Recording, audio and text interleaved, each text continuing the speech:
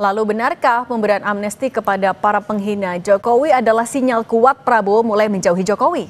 Kita bahas bersama Ketua Great Institute Syahganda Nainggolan, lalu juga ada Waketum Jokowi Mania Andi Azwan, dan analis politik Carta Politika Yunarto Wijaya yang sudah bergabung via Zoom. Di studio ada Bung Ganda dan Bung Andi, apa kabar? Baik, selamat sore. Selamat sore. Mas Toto juga bisa dengar suara studio ya? Selamat sore, Bung Andi, Bang Syahganda. Selamat sore, Oke, saya mau ke Bung Ganda dulu. Bung Ganda, amnesti kepada Sekjen PDIP sudah dikasih. Kemudian ternyata kepada kedua penghina Presiden Joko Widodo juga itu diberikan pengampunan. Bisa dibaca sebagai sinyal tertentu antara Pak Prabowo dan juga Pak Jokowi semakin merenggang?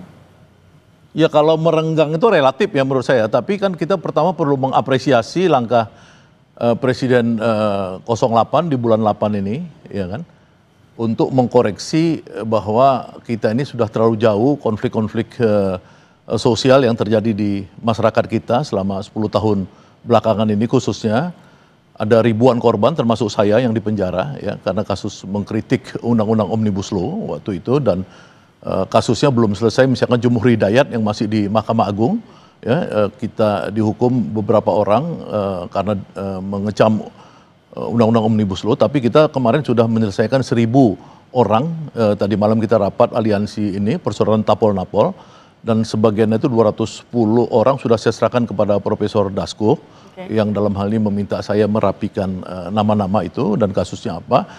Jadi kita mengapresiasi bahwa ini adalah koreksi. Jadi ketika Presiden itu melakukan langkah truk istilah kita, karena dia punya 4 kekuatan dalam bidang hukum yang dijamin undang-undang, melakukan garasi, amnesti, abolisi, dan rehabilitasi, maka dia mengambil keputusan itu dengan pertimbangan yang paling penting adalah pertimbangan yang menurut saya sangat-sangat penting buat bangsa ini ke depan ya, mengkoreksi sejarah, dan dia pasti memikirkan tentang persatuan.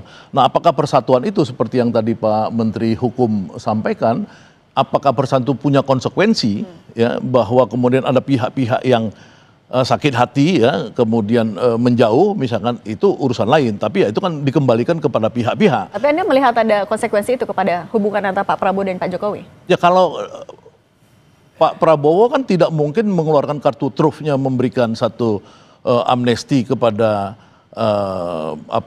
Hasto yang selama ini dianggap sangat kritik terhadap mantan Presiden Jokowi, dan Hasto yang menjadi tangan kanan sekutunya Anies Baswedan yang di dalam banyak kesempatan pada saat kampanye membongkar hal-hal yang mungkin sensitif untuk kepemimpinan Presiden waktu itu, karena Presiden Jokowi waktu itu juga akhirnya mengakui bahwa itu perintah beliau untuk Tom Lembong ya? kepada Tom Lembong misalkan. Nah, ini kan 2 kelompok. Jadi kalau masyarakat itu sebenarnya ada 3 kelompok, dulu kelompok Prabowo, kelompok Anies, dan kelompok Megawati. Nah, mungkin saatnya di hari kemerdekaan ini kita melihat Prabowo pengen merangkul semua. Pengen merangkul semua. Kalau gitu kita tanya ke Bung Andi. Bung Andi, kalau pemberian pengampunan kepada orang-orang yang dalam tanda kutip berseberangan dengan Pak Jokowi, sebagai relawan Pak Jokowi, Anda bisa menangkap atau bisa memahami itu? Ya, pertama-tama saya sangat appreciate ya, kami ya semua apresiasi kepada Pak Prabowo sebagai Presiden ke-8 kita ini menunjukkan ke wisdomnya ya, bahwasanya anak bangsa ini harus sama-sama tidak melihat ke belakang gitu. Kita harus melihat ke depan untuk bersama-sama membangun bangsa ini gitu. Kalau dari pihak Pak Jokowi itu tidak ada rasa balas dendam apapun, itu tidak ada. Dan sangat mengapresiasi kalau ini memang hak prerogatif dari Pak Prabowo sebagai Presiden Republik Indonesia untuk itu. Jadi kalau dikatakan mungkin dibilang Pak Jokowi cawe-cawe dan hal ini dibuktikan gitu. Pak Jokowi tidak cawe-cawe untuk masalah hukum ini. Artinya proses yang berjalan itu sesuai dengan kaidah dari konstitusi, beliau sangat appreciate ya. Dan kita semua juga mengapresiasi apa yang telah dilakukan oleh Pak Presiden. Meskipun amnesti itu diberikan kepada 2 orang yang sudah divonis menghina Pak Jokowi. Siapapun itu, karena itu adalah keputusan hak prerogatif dari Pak Presiden. Pak Jokowi dan kami semua itu samina wa ta'na untuk itu. Oke, kalau tidak masalah katanya, kalau Mas Toto Anda melihatnya, sebenarnya keputusan yang diambil Pak Prabowo ini memang hanya ya untuk rekonsiliasi atau sebenarnya ada motif politik lagi di belakangnya? Mas Toto, suaranya masih di mute? Halo. Oke, silakan. Dengar? Iya. Iya, ini sebetulnya kan memang sesuai dengan mazhabnya Prabowo Subianto ya, yang dari awal yang ingin berbicara mengenai rekonsiliasi, bahkan ketika berbicara mengenai barisan koalisi tidak berhenti pada kekuatan 85%, teruslah terlihat berusaha untuk menarik kekuatan PDI Perjuangan. Walaupun ketika kemudian hubungannya sudah mencair dan menurut saya puncaknya adalah amnesti yang diberikan kepada Mas Hasto, tapi kita tahu keputusannya adalah PDI Perjuangan tetap berada di luar menggunakan istilah penyeimbang. Tapi dalam konteks hubungan yang mencair tidak lagi dalam konteks dendam sejarah, apalagi residu pasca Pilpres. Itu yang pertama menurut saya terlihat konsisten. Yang kedua, suka atau tidak, dari sisi persepsi, ini yang kemudian akan membuat image Pak Prabowo lebih positif. Suka atau tidak ya, dengan majunya Mas Gibran secara kontroversial, sebagai calon wakil presiden Pak Prabowo, lalu kemudian menjadi wakil presiden, ada image seakan-akan ada kekuatan Jokowi yang tetap ada dalam pemerintahan Prabowo. Paling tidak dalam pengambilan keputusan yang tidak kemudian menganakmaskan atau menganaktirikan pihak-pihak tertentu, termasuk yang dianggap sebagai musuh politik Pak Jokowi, Pak Prabowo paling tidak berhasil melepaskan dirinya dari image bahwa Pak Jokowi masih menjadi bayang-bayang presiden atau kekuatan lain dalam pemerintahan Prabowo. Dan ini bagus buat seorang presiden terpilih. Dan ada PR yang menurut saya tetap harus diselesaikan oleh Presiden Prabowo, dan ada juga catatan kritis artinya buat pemerintahan Presiden Jokowi. Ketika Pak Prabowo kemudian misalnya membebaskan beberapa pihak yang kemudian dianggap kena vonis pada zaman pemerintahan Jokowi, terutama terkait Undang-Undang ITE yang sering dianggap oleh teman-teman aktivis sebagai pasal karet, artinya kan ada pemberlakuan secara sistem hukum yang bermasalah pada rezim sebelum. Artinya ini kita nggak bisa lihat sekedar pengampunan kepada sosok tertentu, tapi sebuah kritik terhadap sistem yang sempat diberlakukan pada rezim sebelum. Tapi ada PR juga buat Pak Prabowo menurut saya, terutama dalam kasus Mas Hasto ataupun dalam kasus Tom Lembong, ketika Mensesnek mengatakan bahwa dua kasus hukum ini bernuansa politik yang menjadi alasan salah satunya untuk kemudian keluar amnesti dan abolisi. Presiden tidak boleh berhenti pada level memberikan amnesti abolisi sesuai haknya sebagai kepala negara. Presiden artinya mengakui dalam sistem hukumnya ada politisasi yang masih mungkin terjadi. Jadi seharusnya Presiden setelah ini tidak berhenti, tapi bicara bagaimana perbaikan sistem hukum sehingga hal-hal seperti ini tidak perlu terjadi lagi. Itu poin paling penting menurut saya. Oke, tapi Mas Toto, kalau Anda melihatnya artinya ada konsekuensi tentunya ketika Pak Prabowo mengambil langkah amnesti ini. Apakah artinya ini bisa dilihat ya Pak Prabowo mulai melihat kekuasaan atau pengaruh dari Pak Jokowi sudah mulai mengecil? Kalau saya sih dari awal melihat Pak Prabowo tidak dipengaruhi oleh Jokowi ya. Pak Prabowo dipengaruhi oleh Jokowi dalam konteks pencalonan. Suka atau tidak, Gibran itu mewakili deal politik antara Prabowo dengan Jokowi. Tapi bagaimana menilai seorang Prabowo apakah berdiri independen atau tidak ketika sudah menjadi presiden, saya melihatnya bukan dari pidatonya yang teriak hidup Jokowi, bukan dari seberapa sering beliau kemudian bersilaturahmi, tapi apakah kebijakannya itu pas Prabowo atau tidak. Saya pernah berdebat juga dengan Bung Andi, saya mengatakan dengan masuknya Indonesia ke BRICS, dengan keluarnya program MBG, dengan tidak menggunakan APBN lagi untuk proyek infrastruktur, ini menunjukkan Prabowo berdiri independen. Tidak kemudian berbau Jokowi. Bahkan saya selalu mengatakan teman-teman relawan Jokowi harus legowo kalau kemudian akhirnya melihat sebuah fakta bahwa kebijakan Pak Prabowo itu berbeda dengan kebijakan Pak Jokowi. Kontinuitas itu nggak bisa dilihat dalam konteks sama dengan kebijakan Jokowi, dan memang seharusnya seperti itulah seorang presiden terpilih melaksanakan sebuah kebijakan independen, tidak terpengaruhi oleh. Kalau gitu kita juga tunggu Bung Ganda, tapi kalau dari catatan Anda, selain dua terpidana yang baru saja dapat amnesti, masih banyakkah terpidana lain yang ya di penjara dan perlu dapat amnesti karena menghina Presiden Jokowi? Ya ada 1000-an, ada 1000 lebih ya yang kita data. Kan kita ini kan dari mulai 2014 ya, 2012 dulu, 2012 kasus 212 ya, itu Rahmawati Soekarno Putri udah almarhum kan sekarang kan, Kiflan Zen dan lain-lain, itu kan juga butuh kepastian tentang status hukumnya yang masih sangkut sebagai tersangka, padahal dia udah meninggal. Liusung Karisma ya, itu sudah meninggal, kasusnya masih tersangka. Egy Sujana waktu dia teriak di depan rumah Prabowo lawan people power, ditangkap sama rejim Jokowi, kemudian kasusnya masih tersandra sampai sekarang. Jadi memang ada seribuan kasus-kasus, baik kasus rencana undang-undang KUHP, kasus KUHP ya, kemudian rencana undang-undang perubahan undang-undang KPK dulu ya, banyak sekali yang ditangkap di zaman era Jokowi ini. Jadi tindakan Pak Presiden ini untuk yang kasus Tom Lembong dan kasus Hasto dan kemudian tadi ada Gus Nur ya, itu kan menunjukkan memang ini ada koreksi ya, koreksi terhadap masa lalu ya. Jadi saya sudah serahkan ke Pak Dasko data-data 1.000 nama itu ya, karena beliau juga menjanjikan dalam waktu dekat itu akan dibebaskan, diamnesti atau abolisi.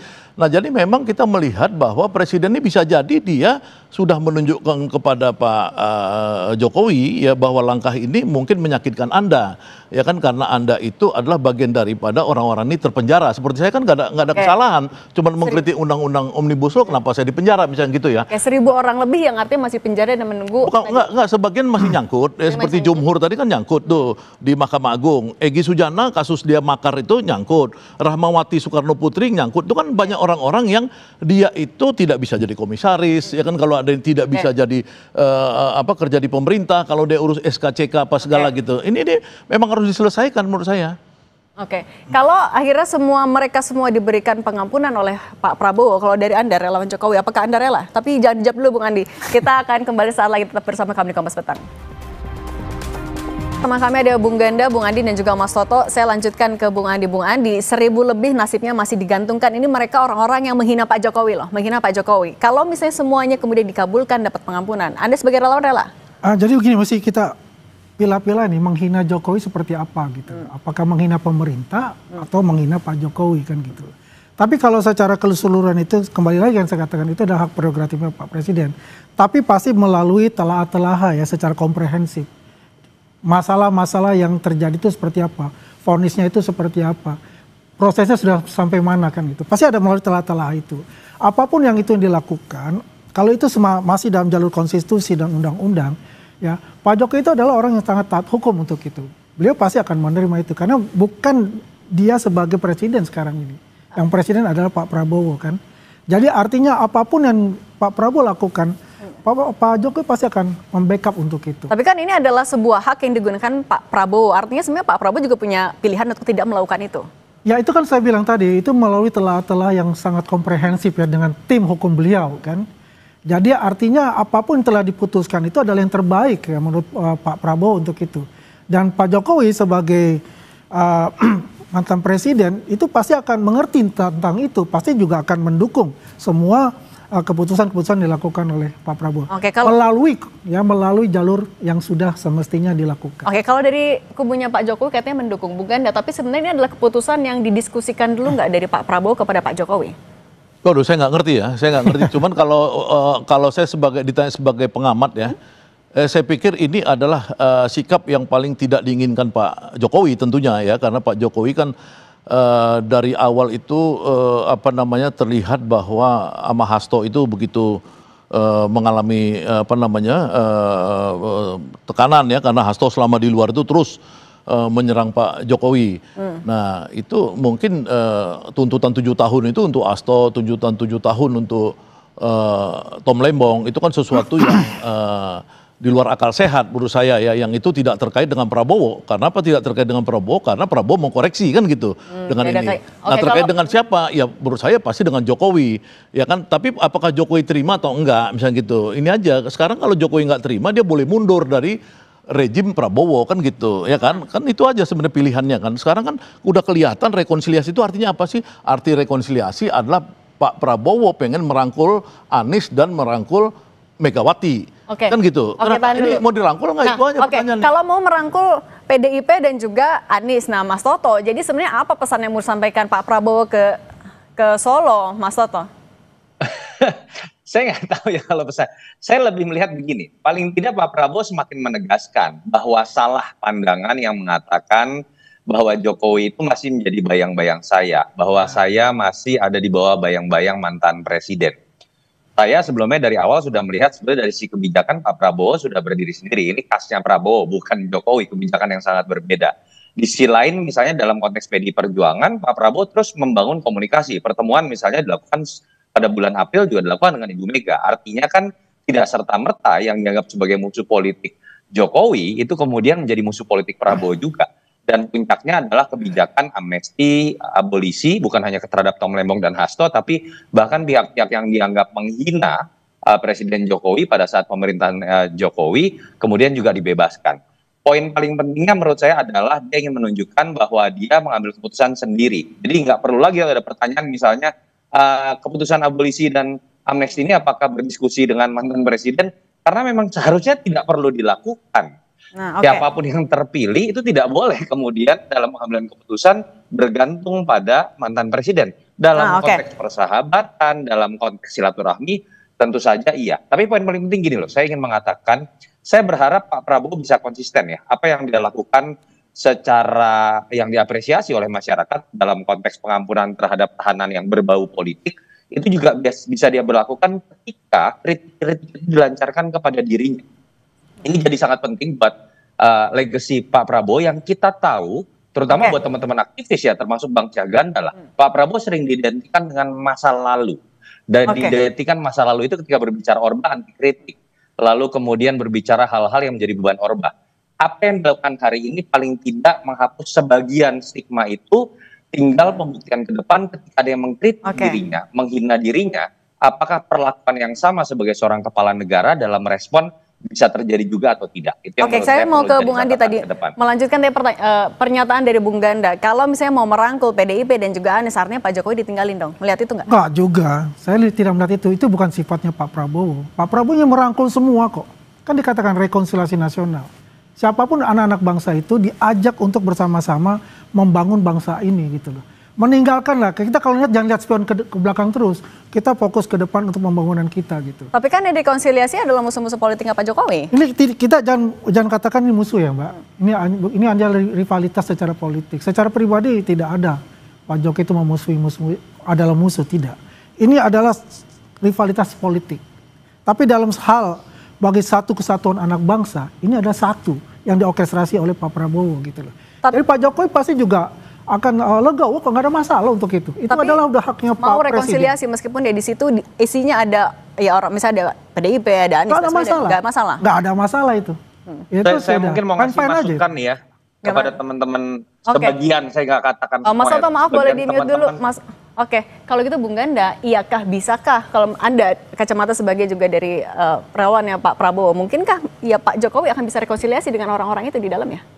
Ya kan begini ya, kalau kita nih lihat seperti kata apa tadi siapa pembicara satu lagi tadi Junarto ya. Iya Mas Soto. Kan memang kelihatan langkah-langkah kebijakan Presiden Prabowo kan meninggalkan langkah-langkahnya arahnya Jokowi selama ini.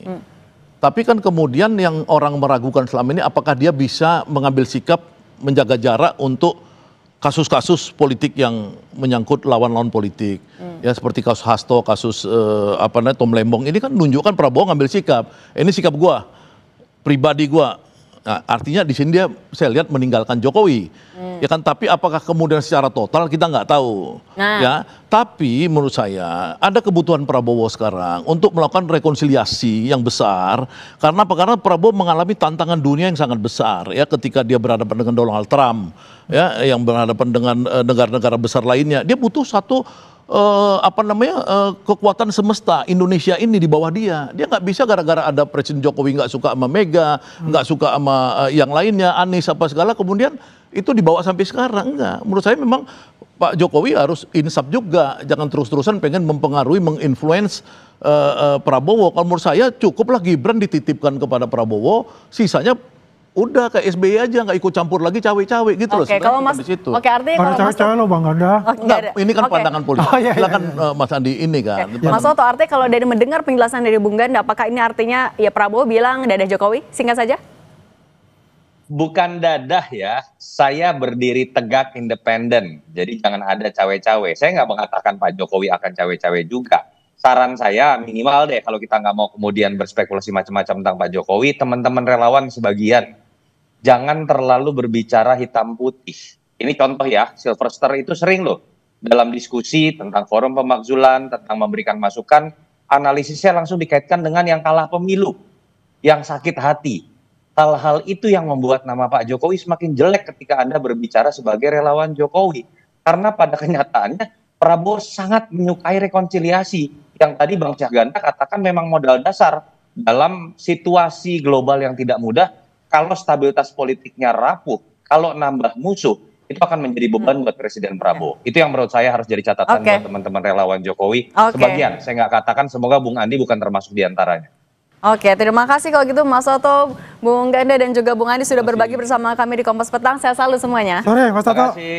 Terima kasih. Terima kasih Bang Syahganda.